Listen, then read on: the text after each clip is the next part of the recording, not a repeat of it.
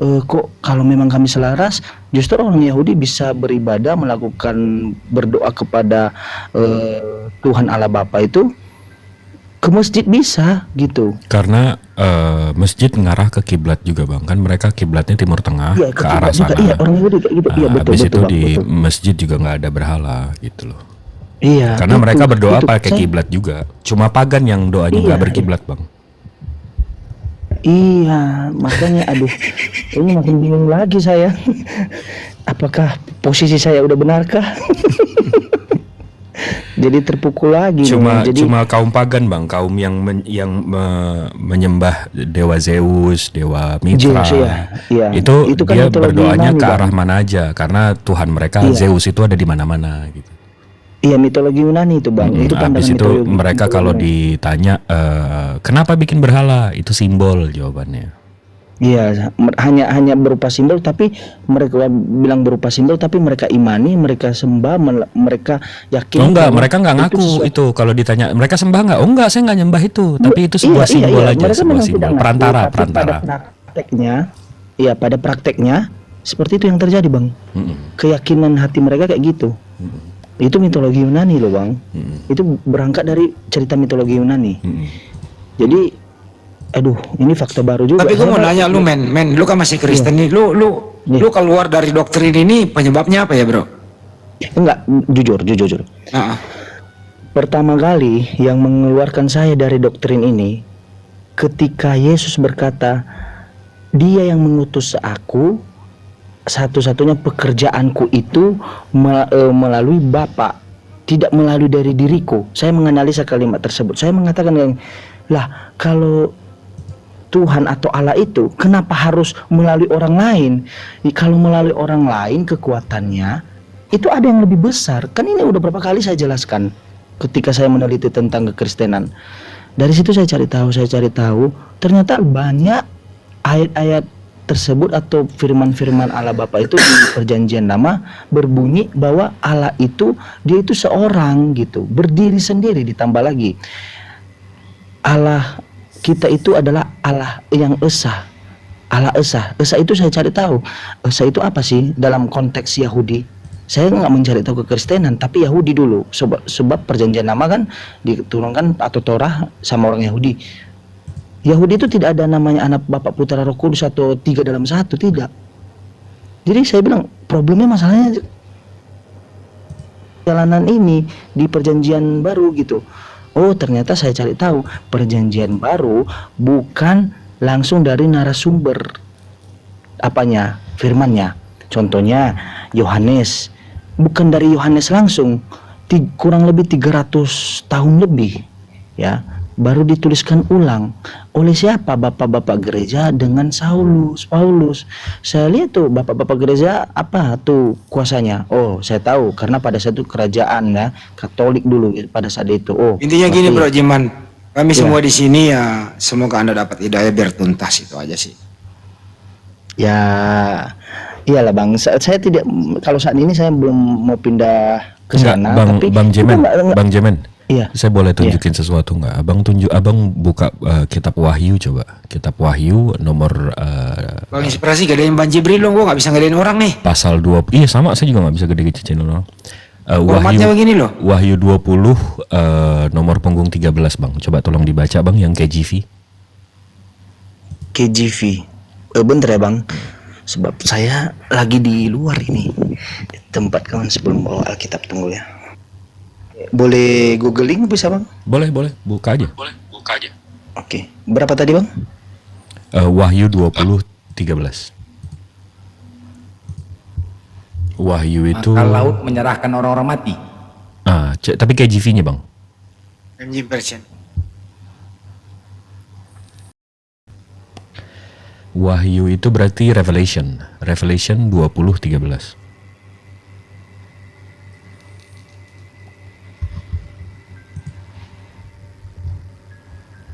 So angel come down from heaven ya. Bukan, Wahyu 20 nomor punggung 13. The sea gave up the dead. Oi. Nomor 13. Iya, nomor 13. bentar. Oh ya.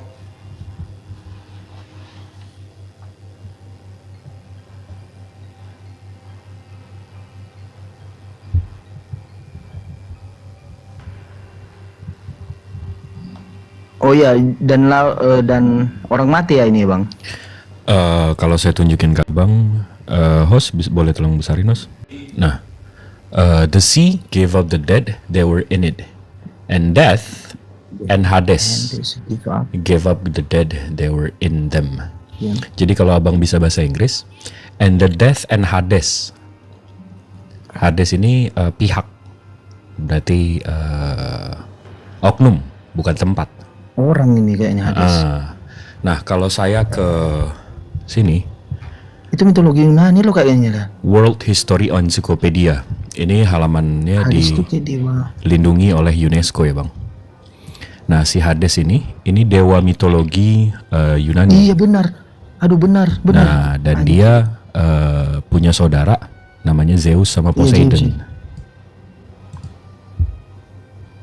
Nah, ini dia punya anjing kaki kepala 3. Ini namanya Hades. Ini persis sama seperti yang di Revelations, Hades. Dan abang bisa, ini saya buka aja ya. Ini beberapa kali memang disebutkan. Nih, abang bisa capture aja. Di Iya, Wahyu suci. 20:13-14, di Matius 11:23, di Lukas 10:15, di Lukas 16:23, Kisah Para Rasul. Saya 2:27. SS kan bisa bang. Saya untuk mencari lebih puas. Capture aja, capture. Mohon izin ya bang. Wah, gila lah. Ini kan Nah, mitologinya ini memang si Hades ini memang penjaga neraka, bang. Nah, kalau diceritain lagi, ini di sini. Nah, ini seperti persis seperti yang diceritakan di kitab abang. Setibanya di gerbang Hades, tujuan akhir jiwa-jiwa ditentukan oleh penilaian atas tindakan mereka selama mereka masih hidup. Jadi, abang kalau meninggoy sebagai Kristen, itu nanti abang ditunggu di dunia kematian tuh sama dia nih, Hades. Dia sepupunya Zeus sama Poseidon, bang. ya dihukum atas perbuatan dia masing-masing kan. Iya. Nah, si Hades yang Bukan nunggu di penebusan dosa. Kontradiksi itu dengan penebusan dosa. Oh, kalau soal penembusan dosa, si Hades ini, abang kalau mau tahu alasan si Hades ini kenapa ada di dunia bawah tanah, ini karena saudaranya Zeus itu nikahin manusia, dia kawin sama manusia. Habis itu dia punya anak namanya Perseus. Nah, habis itu dia dihukum, habis itu ditumbalkanlah si Hades ini ke neraka untuk membayar, jadi original sins. Jadi untuk ngebayar dosanya si Zeus, si Hades mesti jaga neraka. Iya, pertanyaan saya kok ada tentang kisah mitologi itu kan cerita dahulu, belum ada keasliannya gitu, tapi hanya diceritakan, direview ulang. Nah, Kok bisa ada hubungannya dengan Alkitab gitu? Itu yang lucunya tadi, bang. Kan tadi kita bahas ini nih. Where is the tomb of Jesus? Holy Scripture versus Garden of Tomb. Ini tadi yang si Jack bahas. Iya. Yang apa? Assalamualaikum warahmatullahi wabarakatuh. Waalaikumsalam warahmatullahi wabarakatuh. Salam satu dillah. Lanjut. Ini saya dapetnya dari Fellowship Israel Related Ministries ya. Ini dari Israel langsung. Dari Israel langsung. Nah, Ya, saya ngerti kok. di sini katanya kan kuburan Yesus. Yang tadi si Jack 23 kali ke sana. Iya. Ya. Masalahnya di sini mereka kan percaya dari ini kan, dari siapa namanya? Dari abad pertama kan. Kemudian pada abad keempat, Ibu Konstantinus Helena datang mencari tempat tersebut. Nah, jadi tempat ini nggak ada waktu abad 1, 2, 3. Jadi Konstantinus Helena yang datang mencari tempat tersebut. Alhasil ia memerintahkan untuk membangun gereja di sekitar lokasi tersebut, meskipun ada banyak perselisihan tentang misi dan niatnya. Sebuah gereja umum bergaya Bizantinium abad keempat dibangun di sini di dalam bentuk salib. Nah, jadi yang bikin ini kaum pagan, yang bikin apa namanya? Iya. Orang-orang gereja percaya di dengan mitologi. Ya, jadi mereka menyerap ajaran abang. Iya, jadi ya kami gunakan sampai saat ini. Iya, jadi kalau abang kalau ke sana untuk ngelayat, kalau abang ke sana ngelayat, itu sebenarnya yang dibikin Konstantinopel abad keempat, bukan yang gila, sebenarnya. Ngeri ya. Mantap ya. Emang kalau pagan abang nggak bisa dilawan sih bang, abang paling keren pagannya. Sampai ada ini dewa-dewanya di kitab abang. Yang paling keren dah. Enggak, pertanyaan logik itu kan Alkitab itu. Tenang bang, tenang. Enggak, saya masih belum menerima kok bisa ada mitologi. Mito itu kan kata dasarnya mito. Iya. Mitos gitu. Oh, mitos. abang lebih kaget lagi, nanti saya tunjukin bahwa Paulus itu memang ngutip-ngutip kitab-kitab pagan bang. Mitologi Yunani. Iya. Bisa nggak bang? Satu aja bang. Saya mau cari. Oke, satu aja. Saya sebenarnya lagi belajar tapi belum selesai. Tapi saya tunjukin satu aja ya. Oke bang. Anjir itu orang itu babi lah. Saya kemarin lagi baca sih itu perikop. Bentar ya. Inilah malunya, kok malah orang lain yang nemuin gitu. Iya. Kenapa enggak? Orang Islam suka belajar bang. Kalau di Islam belajar itu wajib bang, harus. Aduh.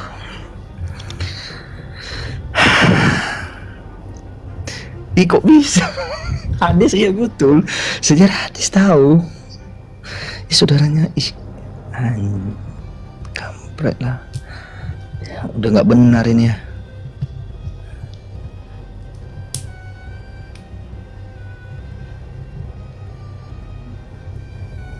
Bentar ya. Disambung dulu yang lain biar saya siapin ininya.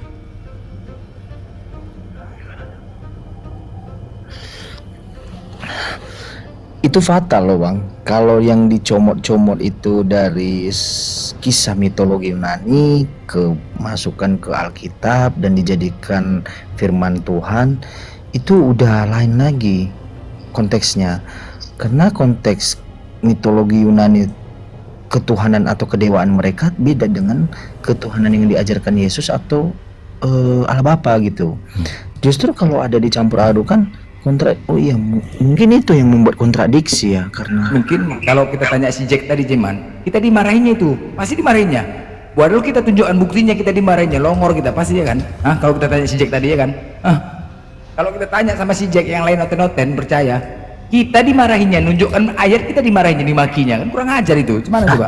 aku nggak peduli lah bang, aku nggak peduli orang itu mau kayak mana. Nah, gitulah. Penting Gitu. ini aku kok bisa ada tuh mitologi Yunani ke Alkitab gitu. Sebenarnya gini Bang Men, kalau mempelajari Bible itu lihat Wahyu aja, situ pagan semua itu Wahyu itu. Nggak usah jauh-jauh, pelajari Wahyu aja. Udah pagan semua itu di situ. Adalah domba bermata 7, bertanduk 7, udah jelas itu barang. Nggak usah kemana-mana sebenarnya Bang. Nah nih udah ketemu satu aja ya, satu aja. Saya sebenarnya ada 1, 2, 3, 4, 5, 6, 7. Ada 7. Abang kalau bisa buka Satu aja bang, biar Iya. saya nanti cari tahu lagi gitu. Ini abang buka X ini berarti Revelations ya, Revelations 17:28. Ini di sini dibilang for in him we live and move and have our beings, and certain also your own poets have said, for we are also his offspring. Nah dari sini nih. Nih dari sini saya translate ya. Tentu juga para penyairmu ya, penyair kita berarti ya, dia sama pembacanya, berkata sebab kami pun adalah keturunannya. Jadi dia mengutip penyair ya di sini ya, paham nggak bang? Ya. Ya kan? As a certain of your own poets have said. Jadi dia bilang penyair kita pun seperti yang penyair kita bilang, penyair kita ya berarti ya. Nah, habis itu saya buka ini dari Theoi. Nah, ini Theoi ini memang library Greek mythology, Greek gods nih, tuhan-tuhan ini habis itu heroes-nya. Nih Olympian Gods tuh ada Zeus, tadi Hades dan semua. Ini memang website pagan lah. Nah, di sini kita buka tulisan Eratus, judulnya Phanomena. Nah, rupanya dia ngutup dari sini. Nih. Always we all have need Zeus, for we are also his offsprings. Persis ya. For we are also his offsprings. For we are also his offsprings. Dan dia bilang, a certain also of your own poets. Poetsnya siapa? Penyairnya siapa? Zeus. Ini persis nih, Zeus. persis nih ayatnya. Nggak, jadi gini bang, kalau sekali sama mungkin kebetulan lah, 2 kali 3 kali itu bukan kebetulan, itu yang direncanakan itu. Emang boleh sekebetulan itu bang? Nggak bisa. Itu bukan dia, itu kebetulan, itu memang direncanakan. Enggak, dan yang abang imanin, 2 kali. si Yesus ini lahir di mana bang? Saya imani bahwa Yesus itu lahir di Nazaret ya. Bukan, maksudnya Nazaret. exactly di mananya? Pinpoint itu di tempat kandang domba. Enggak gini, kalau gereja mengatakan kandang domba. Kandang domba. Dan beberapa minggu yang lalu saya mengimani, tiba-tiba pas bertemu orang Bang Zuma, lalu saya tanya juga, ya kalau di kandang domba buktinya apa gitu. Karena di Alkitab tidak ada namanya kandang domba dijelaskan, malah hanya dibilang di palungan gitu. Bisa aja dia melahirkan di luar sana, tapi karena tiba di sana setelah melahirkan dikasihnya di palungan. Bisa saja gitu ya. gitu. Dan satu logikanya itu pada saat itu kan sebelum beberapa detik dilahirkan, beberapa waktu sebelum dilahirkan Yesus itu kan tidak ada tuh salju. Nah, ya kan, ada tuh salju katanya, tapi bertentangan dengan doktrin bahwa cerita di Alkitab bahwa mengembala domba, sedang mengembala domba mereka. Kalau mengembala domba hanya orang pawok lah yang mengembala di di salju, mati tuh domba-dombanya. Ini Jadi, ada. saya rasa ini kalau iya. abang tadi ini keluar dari mulut abang ya. Apa tadi namanya? Palungan sama Iya. kadang domba ya. Ini namanya Atis bang. Ini dewa Atis. Dewa Atis. Dia sama kayak yang tadi si ini. Ada Atis juga di sini. Dewa Atis itu nih, biar saya ini ya. Atis itu lahir 25 Desember. Ya. Habis itu saya translate nih. Dia adalah sebut gembala, sebagaimana disebut sebagai gembala yang baik. Ini dewa Atis nih bang. Habis itu dia nih. Kok sama ya? Pada Black Friday, hari Jumat ya, Jumat gelap katanya. Dia disalibkan di sebuah pohon di mana darah sucinya mengalir untuk menembus bumi. Ini Atis nih bang. Habis itu nih, translate. Atis berperan sebagai putra ilahi dan bapak. Jadi dia sama bapaknya. Habis itu kita ke Dewa Mitra bang. Dewa Mitra ini punya ciri-ciri Iya, nih juga. Dewa Mitra di Dewa Mitra ini dia lahir 25 Desember juga. Habis itu, nah di sini yang tadi abang sebut nih. Ini Mitra ya. Bayi itu dibungkus dengan lampin, ditempatkan di. Udah bang, udah. Dan dihadiri oleh para.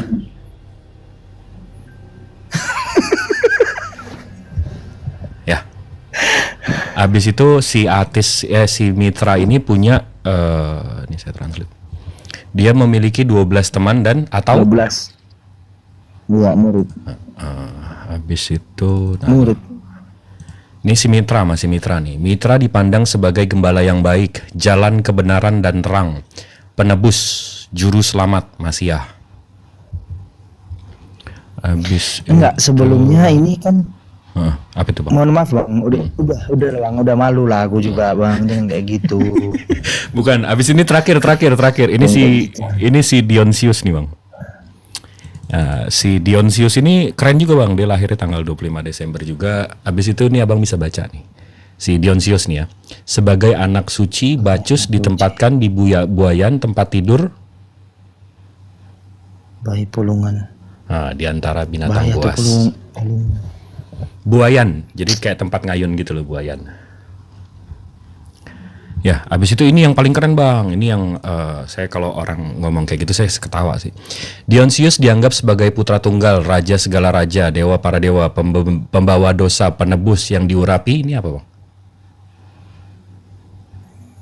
Alfa dan Omega kan itu di, aduh udah di Alkitab. Itu si Dionysius.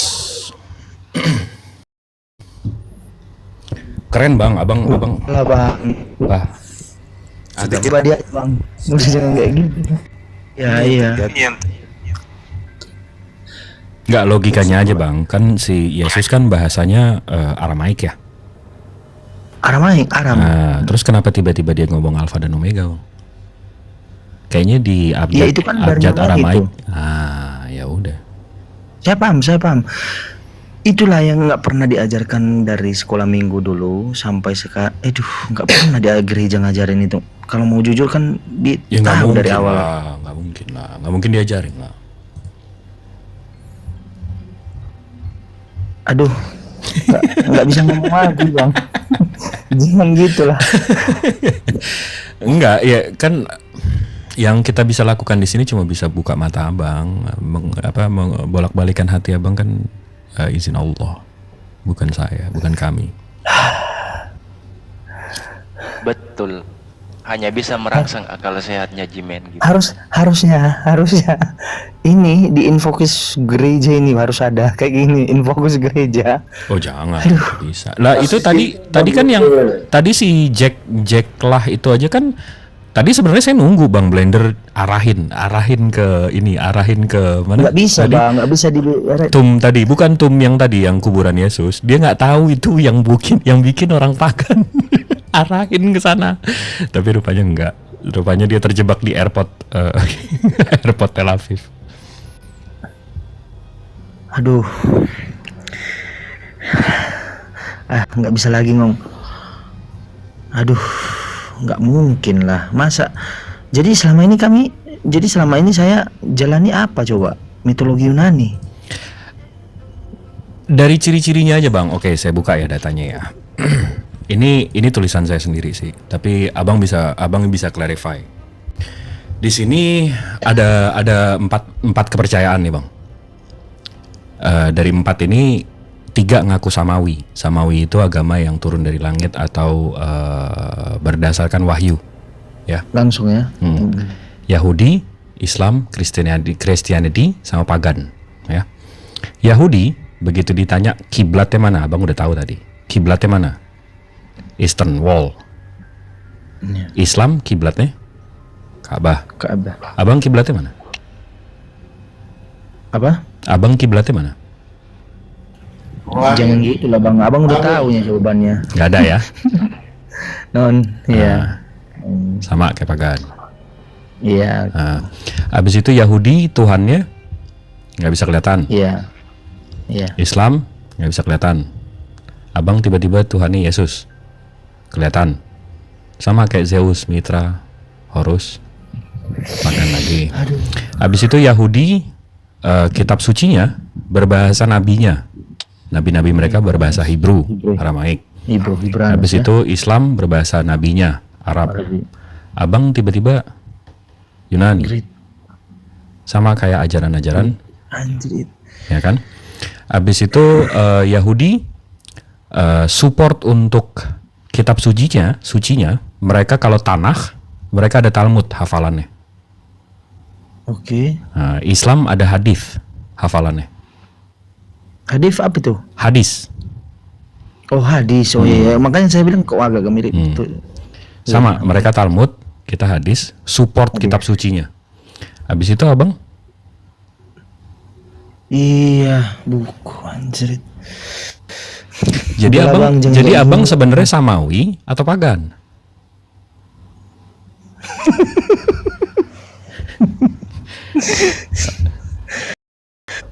Bang, bukan aku loh yang salah yang buat seperti itu. Aduh. Enggak, jadi kan saya udah bilang berkali-kali sama abang kan, kalau kita dari kecil dikasih buku Harry Potter, kita disuruh imanin sama orang tua kita pun kita akan imanin. Tapi begitu kita ada akal, kan kita mesti pakai otak, bang. Kita lahir dalam kekafiran itu bukan dosa kita, tapi kalau kita mati dalam kekafiran itu total salah kita. Kenapa? Karena Tuhan pencipta langit bumi beserta isinya udah ngasih kita akal, udah ngasih kita pengetahuan, udah kasih kita internet, udah kita bisa cari tahu semua, tapi menolak kebenaran Allah. Abang sadar nggak yang abang lakukan selama ini seumur hidup abang, dari abang lahir sampai sekarang, yang abang lakukan itu persis sama kafir-kafir yang nantang nabi-nabinya sebelum ini. Ya kalau kayak gitu ceritanya abang ngasih fakta itu dari mitologi Yunani sama Bukan, dari sana. bukan, maksud saya yang abang lakukan selama ini itu sama persis sama yang dilakukan kafir-kafir yang dihadapi nabi-nabi kita sebelum ini. Nabi Ibrahim dibilang inilah itulah, mana Allahmu, mana Allahmu. Ibrahim? Kau bohong. Abraham, ini ya? Abraham ya. Yang Nabi Ibrahim adepin itu orang-orang kayak abang. Abang sadar nggak? Mana Allahmu? Saya nggak percaya sama kamu Ibrahim. Kamu nggak percaya? Saya nggak percaya sama 10 perintahmu.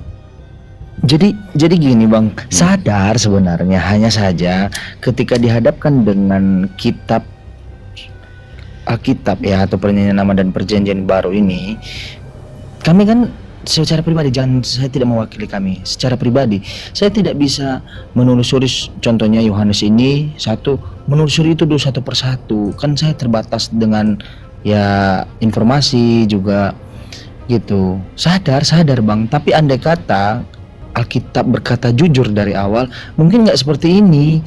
Saya dilema, jujur aja, saya nggak.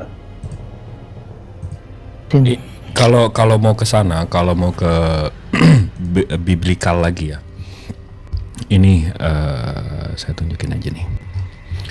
Ini dari pastor, abang bisa cek nih, birtherman.com.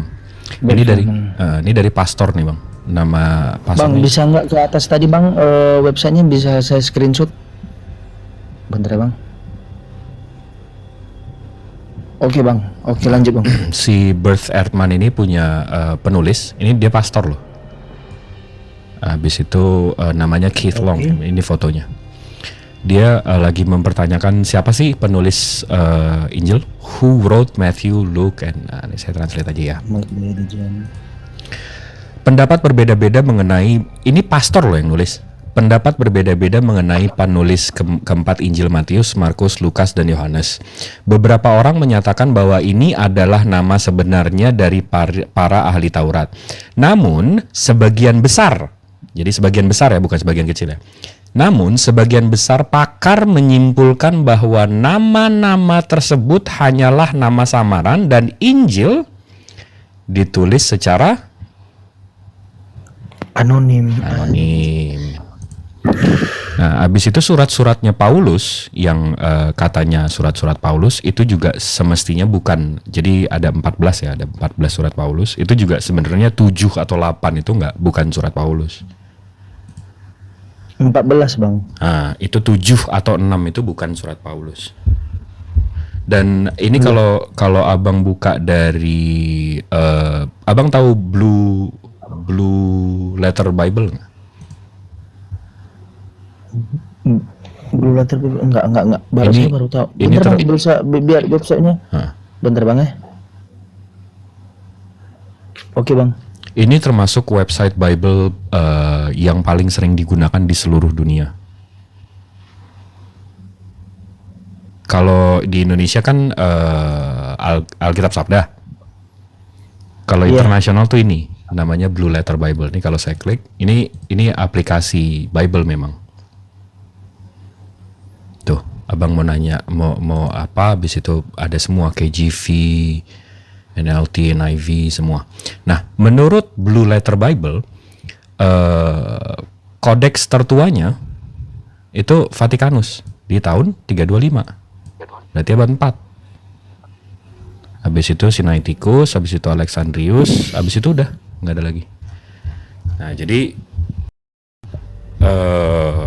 kitabnya di abad keempat.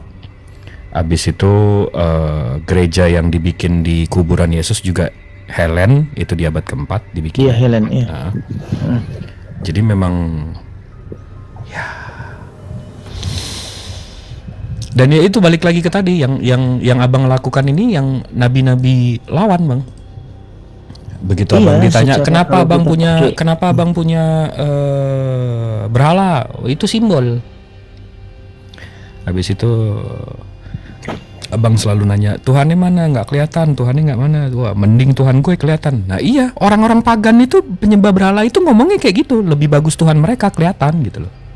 Iya, tapi kan itu dulu Bang, saya bertanya-tanya seperti itu. Tapi sekarang kan saya cari tahu, saya udah mengetahui dan aduh, sebenarnya saya malu kali kayak gini kok malah orang lain gitu yang Oh abang jangan percaya saya, abis ini kan abang tadi udah capture tuh. Abis itu saya abang nggak percaya abang. Oh. Data yang abang ambil, yang abang tunjukkan, saya screenshot, saya cari tahu ulang. Tapi nggak mungkin lah ketika dicari langsung kayak gitu yang keluar pakai nama-nama yang apa ya, sumbernya itu nggak ada gitu. Iya. Nggak mungkin gitu. abang tahu Ya, kan, satu abang kali tahu lah. kan Bible dapat dari mana abang? Apa? Abang tahu kan nama kitab suci abang didapat dari mana? Nama kitab Bible. Hmm. Saya rasa bukan memang dari dasarnya sih Bible namanya. Iya, Bisa nggak tapi abang kasih diambil dari jawabannya? mana? Dapat dari mana? Kalau Al-Quran kan memang dinamain sama penciptanya Al-Quran gitu.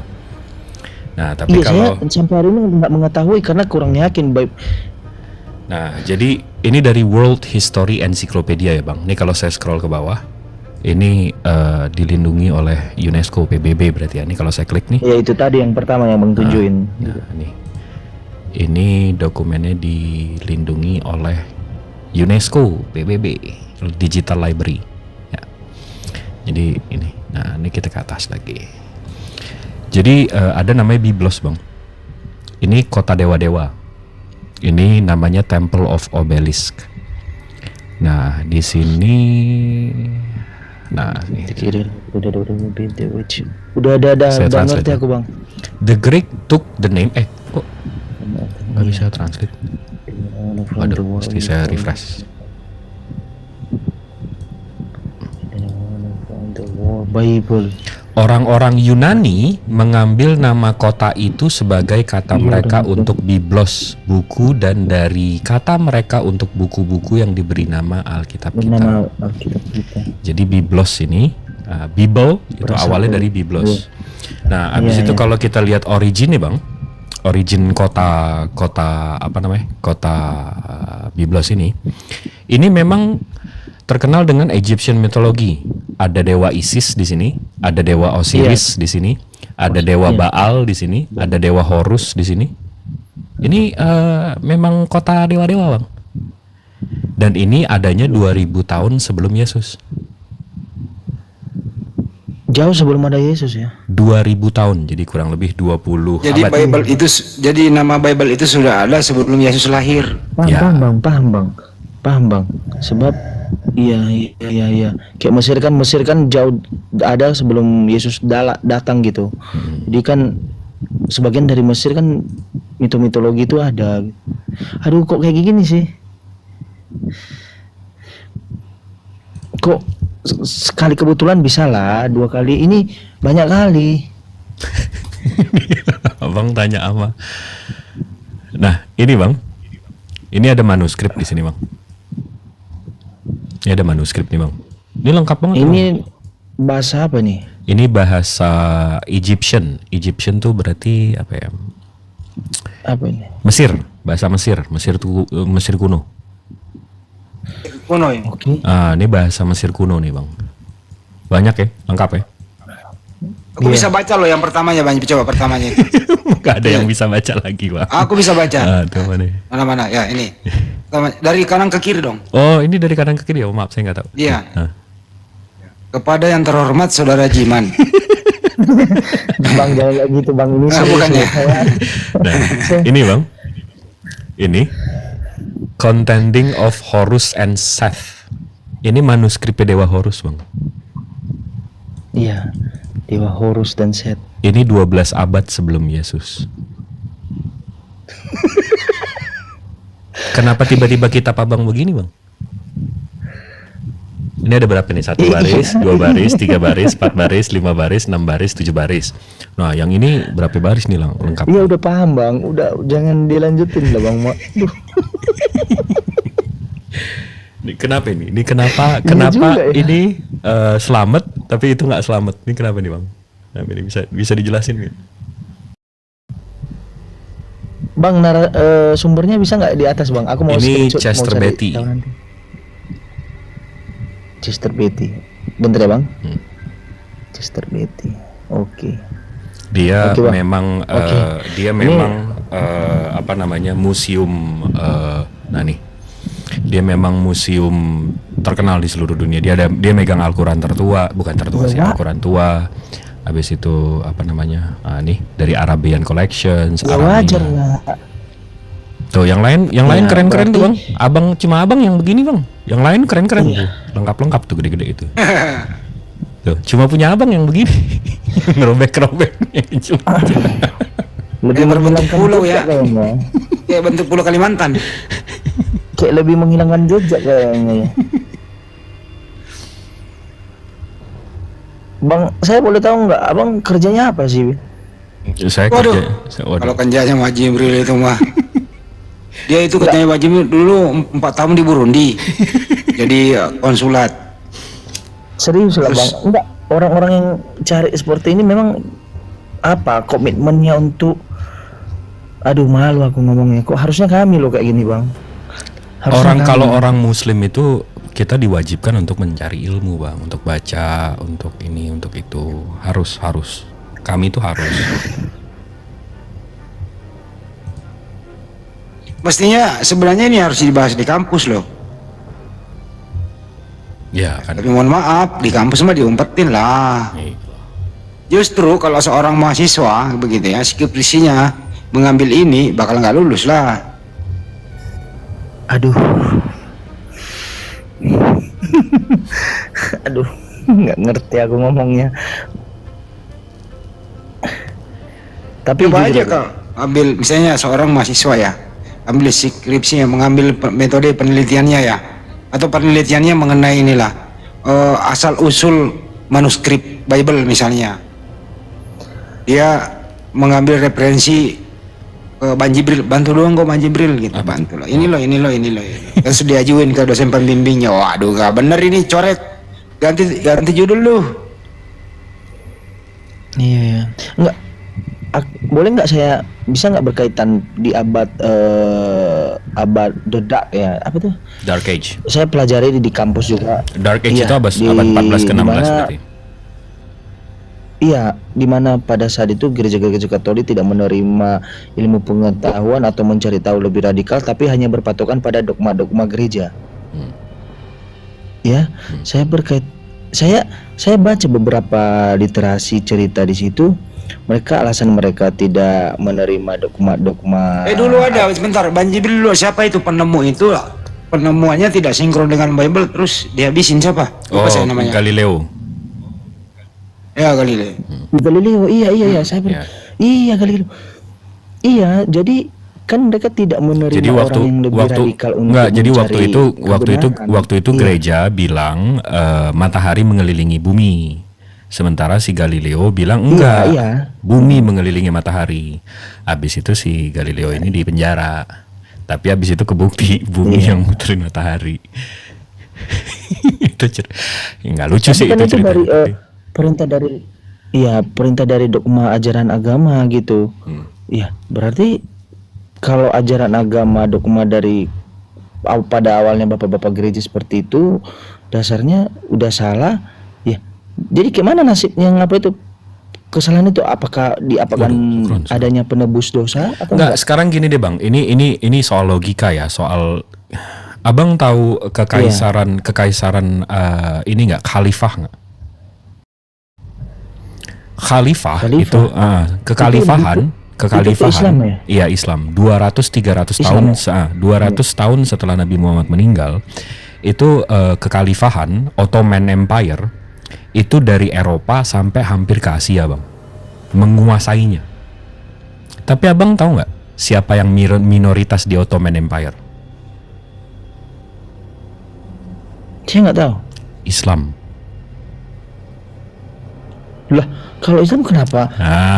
Kenapa sampai karena seluas gitu? karena gitu? Ottoman Empire menguasai tanahnya, menguasai negaranya, tapi nggak memaksa penduduknya harus masuk Islam. Toleransi dong. Nah, beda nggak begitu Abang mau ngerebut Yerusalem dari orang Islam? Crusader, Kalau sejarah perang itu saya salib. tahu, Bang. Nah, Saya udah tahu. sementara begitu Ottoman menguasai dari Eropa seluruhnya loh, sampai setengah Asia, itu justru Islam minoritas. Kenapa? Karena kita nggak maksain, lo harus masuk Islam kalau, nah itu enggak, kita nggak begitu. Justru kita minoritas di situ. Tapi begitu Yerusalem mau direbut Iya, sama gereja Abang, waduh, perang salib kita bre. Ya, kita berbicara dulu ya, Bang. Kita berbicara dulu ya. Memang dulu perang salib itu kan punya misi memaksakan apa ya, dogma-dogma dari Bapak Gereja, dan mereka membawa pedang perang gitu. Justru banyak korban seperti ya penjajahan gitu, pembantaian. Bukan hanya pembantaian, genosida. Itu saya baca sejarahnya juga perang salib gitu. Dan visi misi mereka itu memang berapa persen itu, hampir 80% itu dari ajaran-ajaran gereja gitu, untuk mengkristuskan gitu sesuai dengan visi misi orang gitu. Yang tidak setuju ya dibantai gitu dengan alasan konspirasi. Saya baca sedemikian rupa ya, saya ambil poinnya aja gitu. Memang ya contoh lah yang menjajah Indonesia ini kan Belanda itu. Mereka bukan hanya itu aja visi misi mereka, mengambil rempah-rempah, agama gitu. Agama disuntikkan juga. Abang gitu. pernah dengar apa namanya, negara Islam ini nggak, jajah? Nggak pernah sih. Jujur nggak pernah. Kita mau berkata jujur ya jujur nggak pernah. Justru jangan gitulah, Bang. Mana pernah kita jajah-jajah, Pak. Iran aja, Abang tahu Iya, kan? saya Waktu itu saya udah jelasin kan kok soal koin dari Umayyah. Tahu udah Bang jelasin kemarin. Nggak menjajah Iran, kita dari dagang, rute dagang. Mana pernah kita jajah? Iya, tahu. Orang-orang Arab kan dulu gitu. Sama tuh kayak, mohon maaf ya Bang, kayak dulu kan di daerah saya kan, asal saya Nias itu kan, Bang. Itu dagang orang Arab pertama menyebut kami itu orang Nian. Jadi mereka ketika datang di sana bukan menjajah dan tidak memaksakan agama, bahkan berdagang doang gitu, rempah-rempah gitu. Saya baca sejarah tentang Nias. Itu bisa Bang konfirmasikan, bisa Bang cari tahu sebutan orang Arab kepada orang Nias apa gitu. Dan mereka tidak tapi ketika Belanda datang, kami berperang. Makanya mayoritas di Nias itu Kristen, karena mereka memaksakan dengan peperangan, dengan pembunuhan gitu, memaksakan gitu. Ini ada yang mungkin kalau kami ada yang keren contohnya. lagi. Jadi gini Bang, kalau di Islam Iya. kita mengimani bahwa Nabi Isa itu diselamatkan. Habis itu nggak ada tuh bangkit-bangkit lagi tuh Bang. Itu ajaran Abang. Gimana ya? Bang? Ulang. Jadi Nabi Isa waktu itu diselamatkan, Iya. diangkat ke langit. Nggak ada tuh dia meninggal habis itu dia balik lagi, atau resurrections bahasa Inggrisnya. Itu nggak ada tuh Bang. Iya. Abang tahu tapi nggak menurut resurrections pribadi itu saya, dari mana? Yang orang meninggal habis itu bangun lagi itu dari mana? mitologi Yunani ya.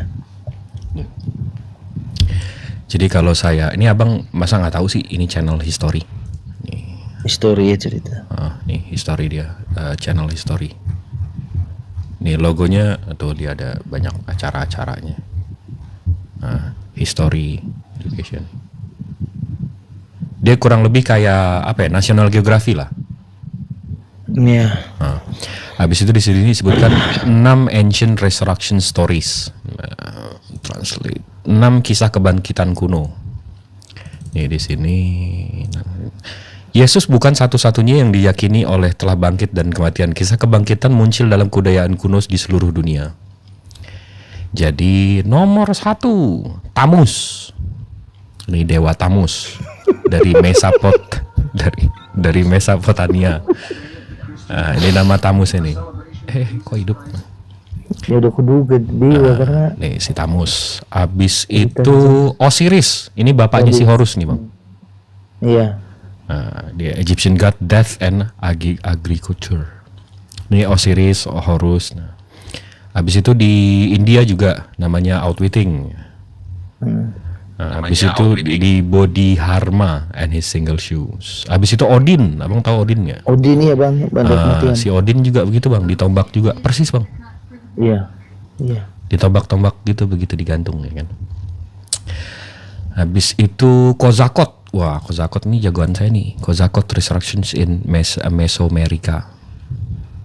Kozakot namanya. Susah bacanya, ini bacanya Kozakot.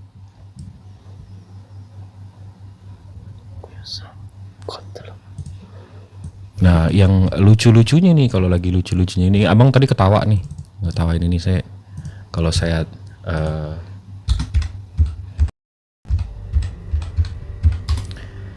saya cari tahu aja nih Bang Tamus, ulang tahun ya. Ada bang, udahlah bang. Si ngerti Tamus. aku, 25 Desember. Udah. Jadi kira-kira si Tamus ini ulang tahun kalau saya mau rayain kapan? 25 Desember juga bareng rupanya. Jadi udah digantung-gantung. Buat buk. Aduh, whole Bible pula anjir. Jadi berapa generasi manusia udah ditipunya kayak gini. Yang tadi saya bilang bang, kita lahir dalam kekafiran itu bukan salah kita, tapi kalau kita mati dalam kekafiran itu total salah kita. Assalamualaikum warahmatullahi wabarakatuh. Waalaikumsalam warahmatullahi wabarakatuh. Oh, ini Rifa nih. Saya pernah diskusi dulu sama dia beberapa bulan yang lalu. Kamu masih Kristen? Masih. Kan saya udah bilang sama Uni Rifa beberapa bulan lalu mau cari tahu dulu gitu.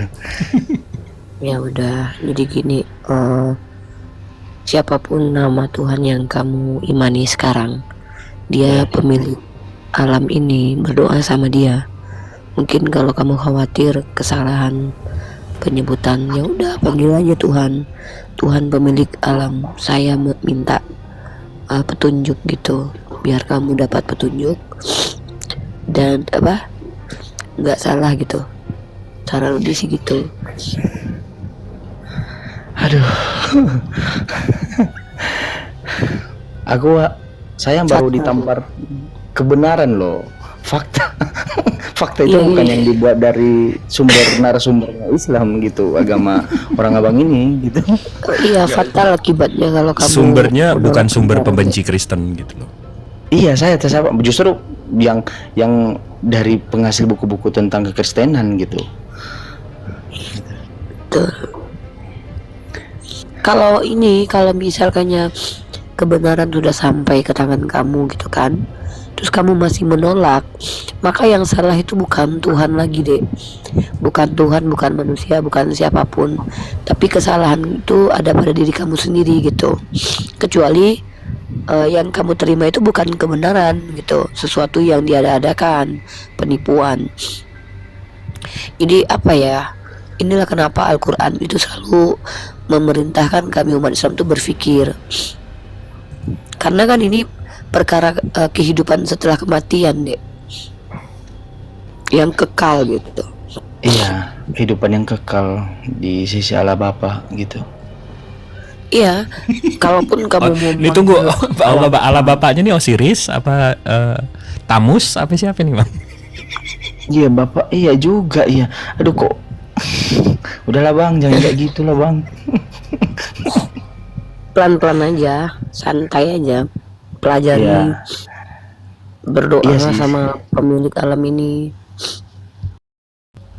Ini mohon maaf ya Uni, ini saya tidak dapat di sekolah minggu, saya tidak dapat di justru saya merasa malu kok. Yang berbeda dengan atap dengan saya itu yang justru menunjukkan lampu-lampunya gitu, rambu-rambunya gitu, petunjuk itu yang ngarahin petunjuk itu kok orang-orang ini. Harusnya kan kita ini kekristenan, orang-orang Kristen harusnya saling mengisi tentang kebenaran gitu. Oh, kita salahnya di sini loh, yuk kita perbaiki. Itu Justru nggak hanya- mungkin dekku, nggak mungkin. Gini, mohon maaf nih potong adik. Iya. Kalau seandainya para pendeta menunjukkan apa yang ditunjukkan Bang Jibril dekku, hilang perpuluhan dek. Iya, Tinggalkan saya, jemaat mereka. aduh, aduh, Kalau kami umat Islam, adik jadi Islam ataupun tidak, kami tidak dapat keuntungan secara finansial sekalipun karena tidak ada sistem menginjili, sistem mendakwahi terus dapat duit kami. Nggak ada. Adik mau jadi Islam, kami tetap begini. Adik mau jadi Kristen, kami tetap begini. Bang Jibril, dia bukan orang yang dibayar masjid atau uni dibayar masjid. Kami tidak punya donatur, kami tidak punya orang yang ngebayar kami buat mengislami orang. Tidak, adekku. Tapi kalau pendeta kalian jujur, konsekuensinya apa? Dia kehilangan jemaat. Itu profesi dek. Pendeta itu profesi yang tidak bisa dipungkiri. Kamu boleh buka searching dimanapun, itu berkaitan dengan finansial dekku. iya, saya ngerti itu nih. Aduh, saya tadi udah dapat sumber-sumbernya beberapa dan saya mau cari jauh juga, cari tahu lagi dengan sendirinya. Saya nggak janjikan saya Udah kasih benar- clue deh. ini. Udah kasih clue gini aja. Iya, Kamu waktu bayi itu nggak tahu apa-apa. Pengetahuan Iya, iya. kamu itu didapat dari 3 sumber. Empiris itu pengalaman. Contoh, Iya. contoh. Empiris itu kamu tahu kalau pisau itu tajam karena kamu mungkin pernah terluka. Yang kedua, pengetahuan kamu dari rasional. Rasional itu dari kognitif. Kamu berpikir, kemudian kamu tahu, wah kalau seandainya basah ini daun pagi hari, berarti tadi malam sepertinya hujan. Nah itu kognitif ya. Lalu pengetahuan yang ketiga ini adalah pewahyuan. Ini berkaitan tentang Tuhan. Tentang Tuhan itu nggak mungkin empiris, nggak mungkin rasional. Tapi kita tahu dari wahyu. Wahyu itu apa? Informasi kepada para nabi. Nah, Yesus adalah salah satu nabi yang kami muliakan. Kami percaya dia adalah utusan Bapa atau utusan Tuhan. Memang kami tidak menyebut Tuhan dengan Bapa karena ketakutan kesalahpahaman ya, seperti orang-orang terdahulu yang menyembah kepada orang-orang yang dimuliakan. Maka cara untuk membuktikan kamu benar atau tidak, coba kamu jawab sendiri 2 pertanyaan ini. Silakan kamu cari tahu jawabannya. Siapa Yesus menurut dirinya? Siapa Tuhan yang benar menurut Yesus? Kamu cari tahu 2 pengetahuan itu. Jangan percaya saya, jangan percaya Bang Jibril. Maaf Udi agak pilek ya, karena ini ada di Bukit Tinggi. Dingin Nggak banget apa-apa, sih. bisa saya catat nggak ulang lah Uni pertanyaannya tadi? Mungkin ini Sekarang rambu-rambu. kan, kamu kan nggak tahu siapa Tuhan kalau kecuali Tuhan itu yang kasih tahu kan siapa dirinya. Iya, Sama seperti Uni tahu Tuhan itu dari Al-Quran. Bang Jibril tahu Tuhan itu dari Al-Quran. Para pendeta kalian Kristen harusnya tahu Tuhan itu dari Bible, benar nggak? benar-benar. Maka jawab 2 pertanyaan. Cari dimanapun kitab suci. Siapa Yesus menurut dirinya dan siapa Tuhan yang benar menurut Yesus. Maka kamu akan menemukan jawabannya. Kalau kamu memang mau percaya sama Yesus ya, nggak usah percaya sama Nabi Muhammad dulu deh. Nanti baru kamu tahu siapa Gini, Tuhan Uni. yang benar. Mohon izin Uni, saya kan udah beberapa juga penelitian berpikir secara logika dan akal kan. Saya cari tahu juga perkataan dari berfirmannya Allah Bapa di Perjanjian Lama dan Yesus di Perjanjian Baru. Kalau siapa Tuhan yang harus disembah satu-satunya menurut Perjanjian Lama itu kesaksian Allah Bapa, dia menyatakan bahwa hanya kepada Dia, kepada Allah satu-satunya. Sementara Bapak kalau itu Yesus siapanya Yesus? itu Allah Dia. Yesus bersaksi lagi di perjanjian baru, ada kesaksiannya bahwa Allah Bapa kita semua, Allah yang mengutus Dia dan Allah yang memberikan kekuatan yang melakukan semua perkataan yang harus dilakukan oleh Yesus sendiri. Yang bersaksi itu Yesus, gitu. Dia Allah Bapa itu adalah Allahnya Yesus juga. Iya, Tuhan dia yang mengutus dia. Lalu bagaimana esensinya? Ya esensinya Yesus itu tetap utusan dia manusia yang Esensi Allah Bapa, adikku. Oh, kalau Bapak ya esensinya itu tunggal gitu sendiri gitu. Udah, kalau begitu agama mana yang mengajarkan hal seperti itu saat sekarang? Aduh.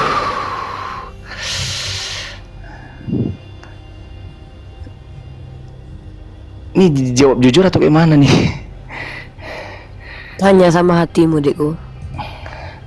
Ya jujur ya, kalau ya agama orang abang inilah, jujur lah. Alhamdulillah, dekku. Tinggal kamu membuka dirimu sendiri. Kebenaran itu sudah sampai di hati dan lisanmu, dek. Di perbuatan mungkin belum. Maka iman dalam Islam artinya adalah apa yang kamu imani itu diucapkan oleh lisan, dibenarkan oleh hati, dilaksanakan oleh perbuatan. Lisanmu telah mengaku, hatimu telah benarkan, perbuatanmu masih belum kamu lakukan. Maka tinggal selangkah lagi, dekku. Dan itu tergantung kepada pilihanmu. Maka kelak ketika kamu memilih untuk tetap berada di tempatmu saat ini dan kamu berada di neraka jahanam, maka Allah tidak bisa kamu salahkan lagi. Karena nanti kami akan hadir di hadapanmu. Bang Jibril akan datang ketika kamu komplain kepada Allah, kenapa saya dicampakkan kepada neraka ya Allah? Bukankah saya ini tidak tahu saya lahir dari rahim Kristen? Saya dan Bang Jibril akan dihadapkan kepadamu sambil bersaksi, Bang Jibril sudah tunjukkan semua data dan kau pun menolak. Maka kau tak berhak lagi menyalahkan Tuhan ketika kau dicampakkan ke neraka. Itu prinsip dalam Islam. Karena agama itu pilihanmu, dekku. Ketika kamu memilih untuk masuk ke dalam Islam, maka kamu memilih surga versi Islam yang dijanjikan Islam. Surga seperti apa? Surga yang kau dapatkan ketika kau beriman dan beramal soleh. Surga yang adalah balasan untuk orang-orang soleh. Lalu ketika kau seandainya menolak hari ini, besok atau nanti, maka kau tidak berislam, tidak mengucapkan kalimat syahadat sampai kau meninggal, dekku. Maka jangan salahkan lagi Tuhan. Kau tak berhak lagi menyalahkan Tuhan, karena Tuhan telah berikan petunjuk. Itu saran Uni. Jadi kembali lagi, dekku, kebenaran itu telah sampai. Tinggal adikku memilih atau tidak. Begitu.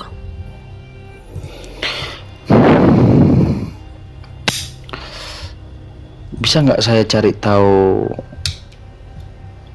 bisa, maksud saya diberikan waktu bukan saya meminta waktu kepada orang kakak dengan orang abang-abang ya, karena tidak punya otoritas di situ. Tapi saya sebenarnya udah dapat poinnya sebenarnya, tapi aduh, akan banyak yang bermasalah dengan hal demikian gitu. Begini, dekku.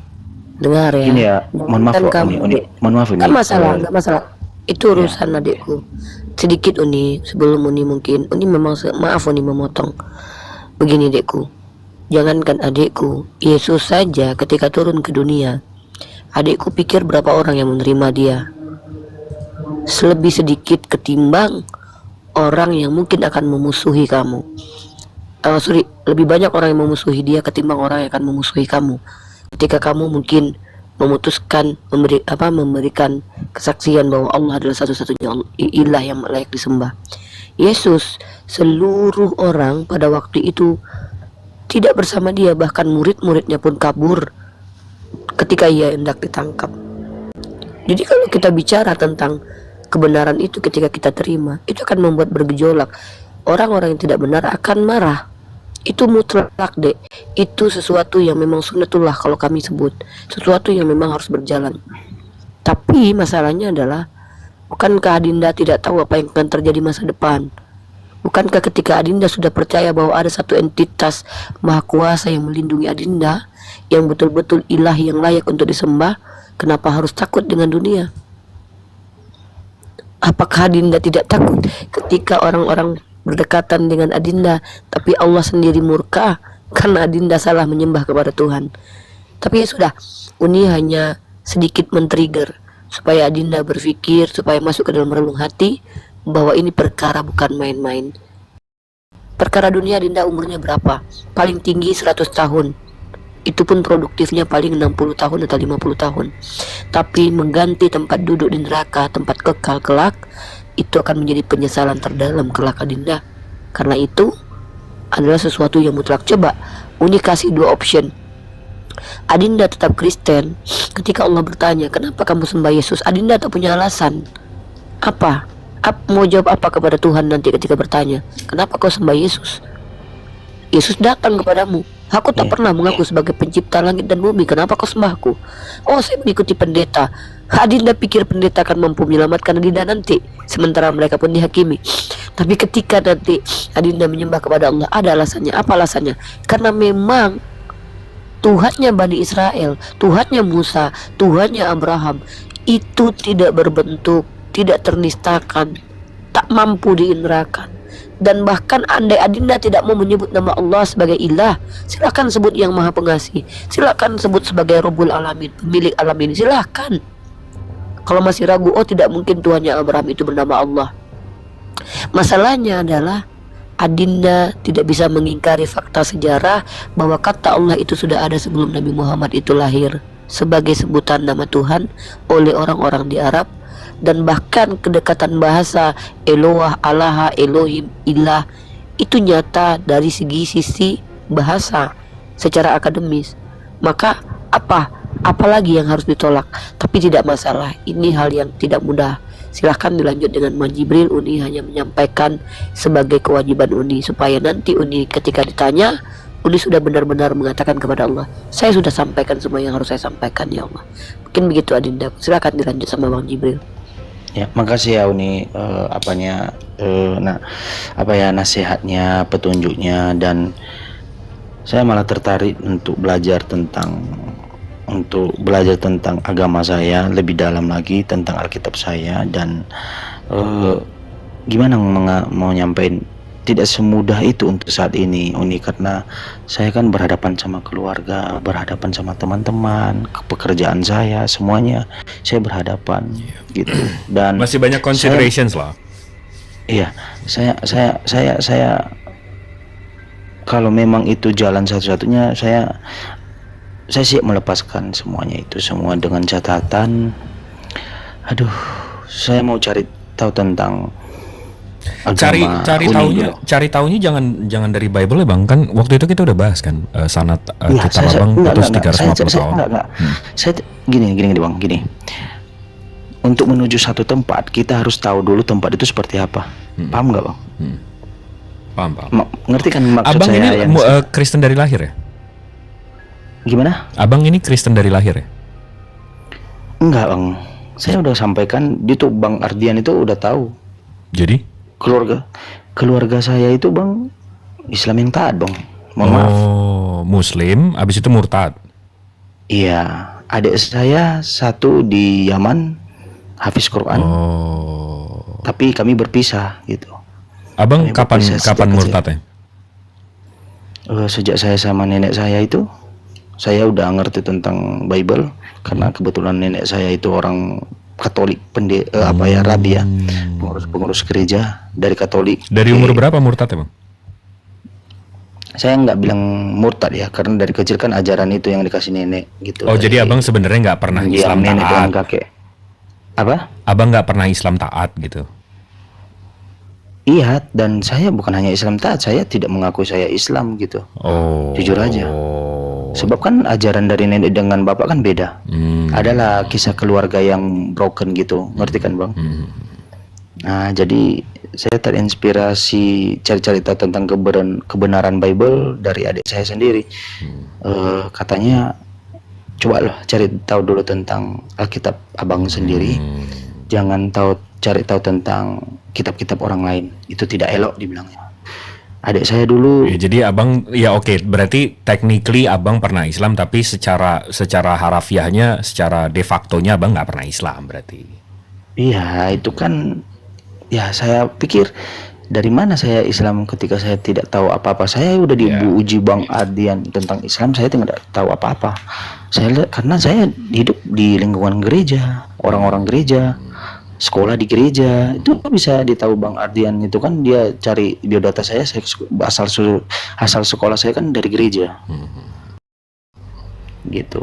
Jadi saya mengikuti terus dan saya sukanya ngobrol sama abang nih karena abang nggak imanis aja, abang pakai otak. Sama saya kayak saya kalau abang nyadar dan kalau abang pernah atau abang bisa tanya nih, ada 1.500 orang di sini. Saya hampir nggak pernah tuh perang ayat, perang iman, perang wah saya meyakini ini, saya meyakini. Wah itu kalau udah bawa iman saya udah nggak berani deh nggak. Ya lah. Insya Allah lo nyembah gantungan kunci nggak ada masalah buat gue. Tapi faktanya ini bukan angan-angan sama cita-cita saya nih. Faktanya ini begini gitu loh. Itu yang saya kena ngobrol sama abang tuh karena abang ya ada akalnya gitu. Dan kebanyakan muslim tuh mesti begitu. Sebenarnya ada orang yang menggunakan akal juga tapi mengkesampingkan kebenaran dari akal tersebut. Maksudnya gini, dia udah tahu tuh, tapi dia tidak menerima karena dia takut lingkungannya nggak menerima dia. Saya tidak seperti itu, Bang. Oh, itu dijelaskan di dalam Al-Quran, Bang. Dijelaskan di dalam Al-Quran. Itu memang ada beberapa orang yang memang sudah tahu dalam hatinya, tapi mereka dalam hati itu menolak. Nah nanti itu, waduh. Iya, karena dia menolak kebenaran itu tetap bersikuku karena lingkungan dia gitu, lingkungan keluarga, sosial, pekerjaan, banyak lah. Tapi saya sudah mengatakan lingkungan peribadahan di GBI saya siap kehilangan itu gitu, karena saya cari tahu tentang Yesus kan. Saya dari awal udah konsisten berprinsip bahwa Yesus bukan Tuhan. Andai kata Allah berfirman, dia menurunkan anaknya itu sebagai diri dia yang berubah, mohon maaf Bang, kayak manapun yang masuk saya akan tetap mengimani itu. Tapi masalahnya justru sebaliknya, Yesus dan Allah berfirman bahwa dia adalah satu-satunya yang disembah. Yesus bersaksi kekuatan dia adalah utusan, kekuatan dia, pekerjaan dia dari Bapa yang mengutus dia gitu. Oke. Kan, kalau itu kan dari ayat, dari ini, dari itu yang saya udah kasih tahu abang itu nggak ada sanad atau benang merah ke si penerima.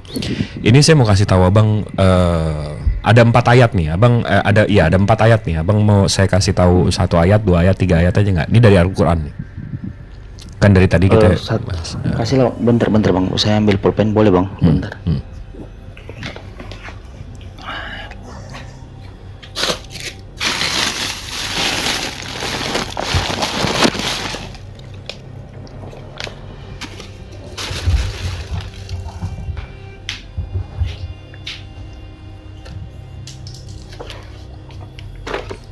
Boleh Bang, kasih Bang ayatnya. Mantap nih. Di Al-Furqan ayat 53. F biasa ya? Al-Furqan. Q ya Kak, Bang. Q ya? Q. Furqan. Oke. Nah, di sini dijelaskan nih Bang, abang mesti perhatiin ini. Dan dialah yang membiarkan 2 laut yang mengalir berdampingan, yang ini tawar lagi segar, dan yang lain asin lagi pahit. Nih saya tandain ya. Dan dia jadikan antara keduanya dinding dan batas yang menghalangi. Jadi di sini kita tahu Nabi Muhammad 14 abad yang lalu bilang kalau nanti ada air, yang satu tawar, yang satu asin, dan akan ada dinding yang batas menghalangi. Iya. Ya. Oke. Ini di Timur Tengah nih Bang, di Mekah nih, udah jauh banget nih. Pokoknya nggak Nabi Muhammad nggak pernah ke pantai, pokoknya nggak pernah ini. Nah sekarang kita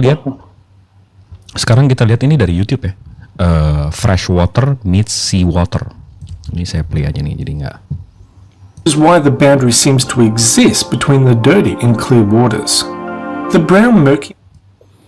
Nah, ini begitu kita lihat detailsnya, ini kejadiannya di Vancouver, Canada. karena ada. Jauh banget ya dari Mekah. Ya tapi ada terbukti tuh ada. firmannya. Ini?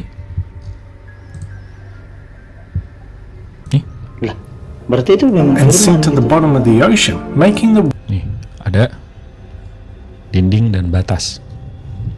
Habis itu yang lebih ininya lagi, di sini kan spesifik nih, dibilang ini tawar, yang lain asin. Ya. Nah, nih barrier creates. Nah, nih, saya translate ini. Penghalang, jelas ya? Oh, oke. Penghalang ini menciptakan garis yang terlihat jelas karena setiap badan air memiliki suhu. Jelas ya? Ya, segar. Suhu, salinitasnya apa? Keasinan berarti ya? Ya. Laut. Asin ya laut. Dan kepadatannya sendiri. Ini 14 abad yang lalu, Bang. Dibuktikan secara sains, ditemukan, terbukti. Aduh, Ini mujizatnya sampai sekarang saya bisa lihat nih. ini bukan mukjizat sih, lebih ke memang Al-Quran itu ini adalah kan firman. mujizat Nabi Muhammad SAW. Iya ya. Sampai Iya, sekarang tapi kan kalau saya bisa lihat nih. ya itu kan firman yang berkata membuktikan bahwa dia itu benar-benar dari Allah yang esa ya. Yes. Habis itu kita ke Al-Hajj. Al-Hajj bentar ya. Al-Furqan tadi ya, Al-Hajj. Al-Hajj. Oke, Bang. Al-Hajj ayat 45. Nah, Jadi di sini diceritakan soal Nabi Soleh. Di sini berapakah banyak kota yang kami telah membinasakannya, yang penduduknya dalam keadaan zolim. Maka tembok-tembok kota itu roboh menutupi atap-atapnya, dan beberapa banyak pula sumur yang telah ditinggalkan dan istana yang tinggi. Ini cerita tentang Nabi Soleh, Bang. Kalau ada yang klaim di luar sana, oh Nabi Muhammad ngekopi dari Bible. Cerita Nabi Soleh ini nggak ada dimanapun di Bible, Bang. Cerita Nabi Soleh ini. Ya, itu satu. Kedua, Nabi Muhammad untuk baca Bible di abad ke-6, Nabi Muhammad mesti bisa bahasa Greek, mesti bisa bahasa Latin, mesti bisa bahasa Hebrew. Sementara dia bahasa Arab aja katanya umi, nggak menguasai. Nah, ini Nabi Soleh, kalau memang kopi-kopi, di Bible nggak ada. Nah, di sini ada namanya Intu Madain Saleh. Nah, di sini kota tua ini abad 1. Kota tua ini rupanya memang sesuai sama. Jadi ceritanya di sini ada kota yang tiba-tiba penduduknya hilang, padahal mereka jago pahat semua.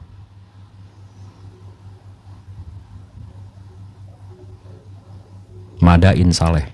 Nah, ini Madain Saleh was actually the first UNESCO WHS. Jadi dilindungi oleh UNESCO. Jadi kalau memang klaim orang-orang di luar sebelum ini, oh Nabi Muhammad ngikutin cerita-cerita ini. Ini ceritanya dari mana? Ini terbukti lagi.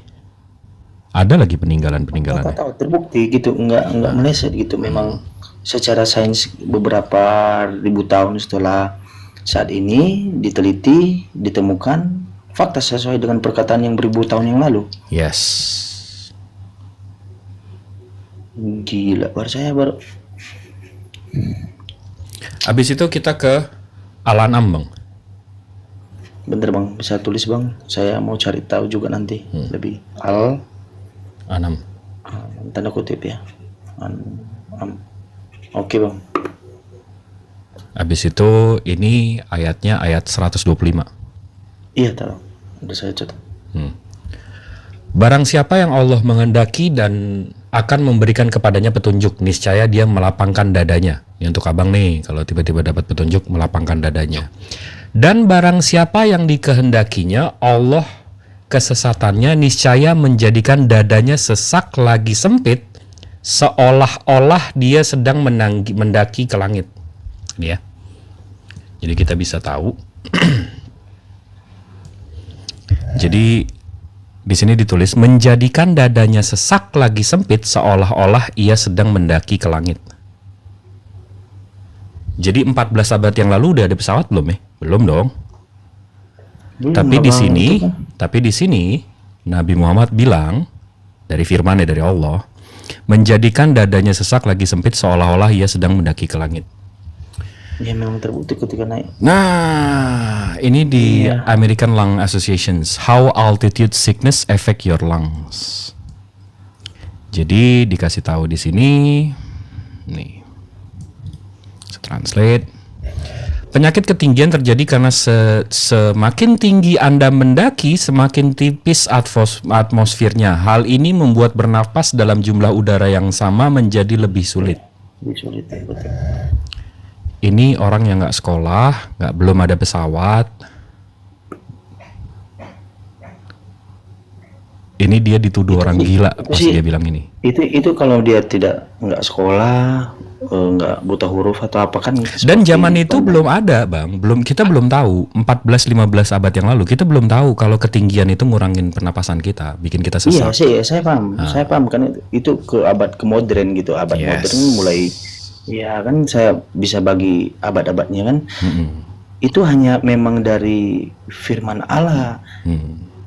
Nah, nih memang benar dari firman Allah. Gitu. Ini terlalu spesifik. Nih saya terlalu spesifik. Dan tadi saya baca di komen-komen, komen-komen banyak yang bilang tunjukin ini bang, tunjukin itu bang, tunjukin ini, tunjukin ini. Terlalu banyak. Abang bisa clear sendiri satu-satu. Tapi ini yang spesifik. Ini yang menurut saya pribadi ya spesifik banget. Di sini Allah menceritakan soal orang yang berbohong, bang. Dan di sini dibilang a lying, sinning forelock. Ubun-ubun orang yang mendustakan lagi durhaka. A lying, signing forelock. Forelock. Jadi kalau orang berbohong, dia bilang penipu ini, pembohong ini. Iya. Nah ini kalau saya bahasa Indonesiain forelock itu artinya apaan sih? Jambul yang berbohong dan penuh dosa. Jadi kalau berbohong itu dari jambul, dari atas jidat kita, bang. Iya. Nah, ini 14 abad yang lalu. Ya. Itu penelitian dari apa? Habis itu kita ke The Art of Lying. Ini dari scienceamerica.com, ya. The Art of Lying, cara berbohong. Nah, di sini Doctor of University of Pittsburgh. Di sini saya udah baca sih kemarin. Under the hood confirms. Nah, nih. Saya translate ya. Studi pencitraan otak telah berkontribusi pada pandangan bahwa berbohong umumnya membutuhkan lebih banyak usaha daripada mengatakan kebenaran dan melibatkan korteks frontal. Jadi ini ya. Jadi kalau berbohong tuh asalnya dari sini. Prefrontal cortex. Ini saya Google nih. Prefrontal cortex itu di mana sih? Iya dah. Iya bang, udah paham. Ya, kalau jambul saya di depan, di atas jidat. Ngerti persis. Bang. Ngerti jambul. Iya. Ini kalau tiba-tiba waktu itu Nabi Muhammad Allah bilang ini ada di belakang kepala, salah, langsung nggak valid nih Al-Quran. Tapi ini bener spesifik. Nah, ini ayat untuk abang nih bang, abang baca nih bang. Ini Al-Fussilat, ini terakhir, ini ayat terakhir bang. Ini Al-Fussilat ayat 53.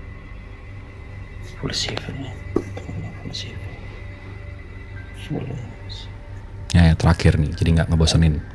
Iya. Kami akan memperlihatkan kepada mereka tanda-tanda kekuasaan kami di segenap ufuk dan pada diri mereka sendiri, sehingga jelaslah bagi mereka bahwa Al-Quran itu benar. Dan apakah Tuhanmu tidak cukup bagimu bahwa sesungguhnya Dia yang menyaksikan segala sesuatu? Jadi udah ditunjukin bang, kami akan memperlihatkan kepada mereka tanda-tanda kekuasaan kami. Kita nih. Kami konteks, mohon maaf. Iya, kami itu Allah. Kami itu konteksnya Allah dan kerajaannya. Kenapa? Oh kerajaan, oh iya jelas ya kan disebut raja di atas segala raja. Abang kalau Oh, nggak termasuk orang utusan dia lah. Nah. Utusannya. enggak, bukan. Maksud kami di sini Allah dan kerajaannya. Abang kalau Royalwi namanya. Di sini abang bisa tinggal Google aja Royalwi. Itu, nah nih. Penggunaan kata kami dan bukan aku oleh seseorang seperti yang biasa digunakan oleh penguasa. Jadi Royalwi itu biasa untuk penguasa, untuk yang ya segala-galanya. Ya kami. kasta paling tertinggi lah, berarti Yes. yaitu Allah gitu. Yes. Wah, Jadi udah ditunjukin bang, semuanya udah ditunjukin semuanya. Iya, sebab Ini Al-Quran ini memang untuk orang-orang yang berpikir.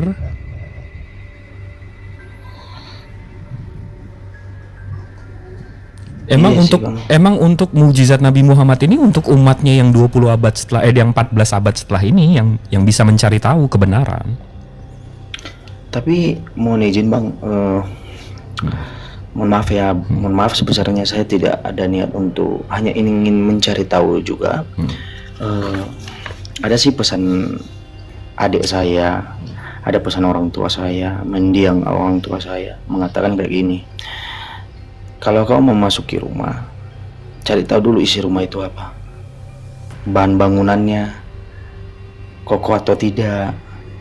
Jadi mohon izin bang, mohon maaf tidak tanpa mengurangi rasa hormat, saya izin untuk mempelajari tentang Allahnya orang abang dan Nabi Muhammad. Oh siap, Bisa nggak apa-apa bang. Jadi gini bang, ini abang Apa mesti nggak tahu, ada abang mesti nista tahu, gitu? abang mesti tahu posisi saya. Untuk orang seperti saya, untuk orang seperti Uni Rifa, Bang Alfi, Bang Kores, Ustadz Alif, Bang Hendy di sini. Untuk kami, ilmu yang kami punya itu mesti kami kasih tahu bang. Kalau enggak, nanti di neraka tangan sama kaki kami diikat bang. Emang ada kayak gitu bang? Itu kewajiban kami bang. Enggak. Saya tanya tentang diikat di neraka gitu. Bukan. Siksaan. Nanti kalau ada orang yang berilmu tapi tidak menyebarkan, memberitahu, itu kami berdosa bang. Nggak boleh kayak gitu. Itu zolim bang. Zolim sama orang-orang sekitar kita. Nggak boleh. Jadi harus kami harus menyebarkan. Serendah-rendahnya iman kami itu diam. Itu serendah-rendahnya. Serendah-rendahnya imanmu, diam. Iya, tapi kan itu nggak ada keberatan dari pihak, kan ini kan udah agama gitu kan, orang abang kan agamanya gitu, nggak ada keberatan. Saya bukan jatuhnya menghujat, saya cari tahu. Oh gitu. iya, Saya kita bisa bedain bang ingin antara orang belajar yang gitu. nanya untuk mau menghina, menista sama mau tahu. Enggak, soalnya gini bang, gini. Saya ngambil poin barusan, abang kasih presentase. Kok ada manusia, kan manusia tuh ya, Muhammad manusia ya, Jelas dong. yang ya kok ada manusia yang hidup ratusan ribu tahun yang gagal yang tidak ada 1400 teknologi, tahun yang lalu. Iya 1400 tahun. Kok bisa dia tahu gitu apa yang akan terjadi sebenarnya? Namun ketika di zaman modern manusia meneliti kok bisa sesuai gitu. Saya tertariknya di situ satu. Di situ kedua, nggak bang kejujurannya di tes bang. Kalau Nabi Muhammad Iya, tidak menyampaikan sesuai yang diwahyukan sama dia, Iya, justru gini nih bang, saya mau selesaikan dulu. Kedua, tidaklah mungkin semua perkataan manusia itu berasal dari dirinya. Kalau tidak ada yang penguasa yang mengetahui. Kalau enggak Allah itu kan tahu yang akan terjadi. Allah itu kan tahu posisinya kebenaran itu seperti apa. Tidaklah mungkin kalau wahyu itu tadi kan, wahyu ya, ada wahyu tadi, ya kan? Oh, iya ya bang, ada apa dah? Ada Al-Furqan, Al-Hajj, Al-An'am, iya. sama Al-Alaq, Al-An'am, sama Al-Fusilat. Iya, nggak mungkin itu dari perkataan seorang cendekiawan atau peneliti Betul. di zaman itu. Betul. Tidak mungkin. Yang lebih nggak make sense lagi bang, nggak ada yang salah. Abang paham Iya. Kak? Kalau beliau nebak, contoh beliau nebak nih 10 hal, habis itu 2 kena atau 8 salah. Ini enggak, semua yang dia bilang benar. Itu yang Iya, lebih. justru itu kan. Tapi gini saya bang, abang izin mesti gitu. berpikir kayak gini juga.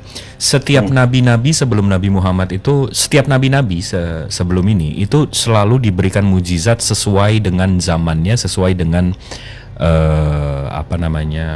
pengikutnya, sesuai dengan zamannya.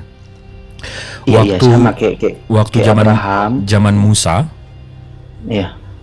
waktu itu Firaun lagi gemar dengan sihir.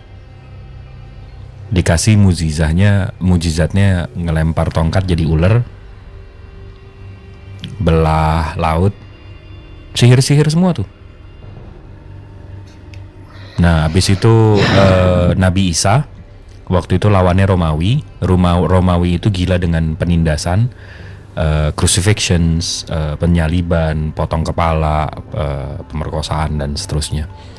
Nabi Isa dikasih mujizat sesuai dengan zamannya, sesuai dengan yang dia lawan, menyembuhkan ini itu. Nah, Nabi Muhammad mujizatnya sesuai dengan zamannya, sesuai dengan pengikutnya, ilmu. Ya Al-Quran Iya, ini. tapi saya mendengar kemarin narasi dari pas diskusi sama Bang Zuma, agama Bang Zuma atau agama orang Bang ini juga mengimani, bahkan memuliakan nabi-nabi sebelumnya loh. Iya. Itu ya karena mereka alasannya utusan dari Allah gitu, Allah Bapa gitu. Iya. Oh gila. Oke lah Bang, saya to the point aja. Saya tertarik soalnya dari ayat Al-Furqan, Al-Hajj, Al-Anna, Full Silat ya. Al-An'am, Iya. Al-Alaq sama Al-Fusilat. Ya itu kan saya melihat kok mention gitu kebenarannya, kok kalau nggak ada kekuatan lebih besar mengetahui apa yang terjadi. Karena dalam menurut saya ya, tentang Tuhan itu dia mengetahui apa yang terjadi, kiamat dia tahu gitu. Yes. Karena dia yang merencanakan gitu. Yes. Tidaklah mungkin seorang manusia yang pada dasarnya tadi abang tahu kan dia tadi nggak pandai gitu, nggak bersekolah, tiba-tiba tahu apa yang terjadi ke depan. Kalau sekali 2 kali kebetulan abang ini udah berapa ayat, 1, 2, 3, 4. Oh, ini saya ada segini bang. Ini ada, saya tunjukin aja ya. Bentar bang, bentar. Belum lagi. Tuh saya baca di komen sidik jari. Ya, ini saya bisa tunjukin satu-satu nih bang. Anabia soal Big Crunch. Habis itu Anabia 30 soal jadi- Big Bang. Habis itu Al-Mu'minun soal embriologi. Habis itu Al-Furqan, laut tidak disatukan.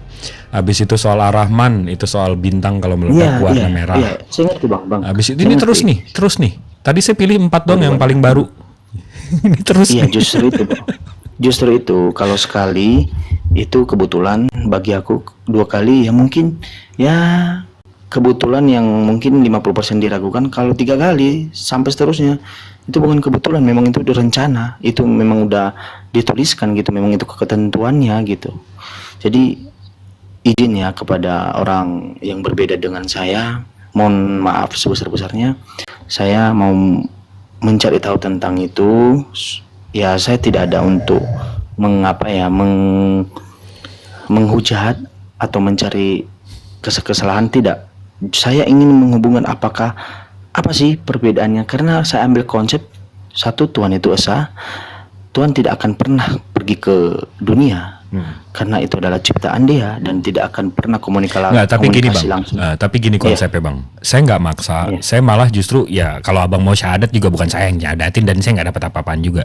Tapi saya malah justru kalau abang mau pelajarin, ayo belajar. Tapi jangan belajar sama pembenci-pembenci Islam. Jangan abang masuk tidak, room-room, tidak. jangan Tidak, abang ini- masuk room-room pembenci Islam. Habis itu abang bawa ke sini. Nah itu saya nggak suka. Nah tapi kalau abang bener mau belajar, abang mau mempertanyakan, kita akan dengan tangan terbuka, ayo belajar. Tapi masalahnya nggak ada yang jamin abang bangun besok. Nah, jadi itu yang mesti abang pikirin juga. Kalau saya sih sampai besok-besok, wah, amalan saya jalan terus. selama saya masih ngejelasin ke abang, amalan saya jadi dihitung terus ya, nggak ada masalah. Tapi kan umur abang kan saya nggak jamin, jadi ya terserah.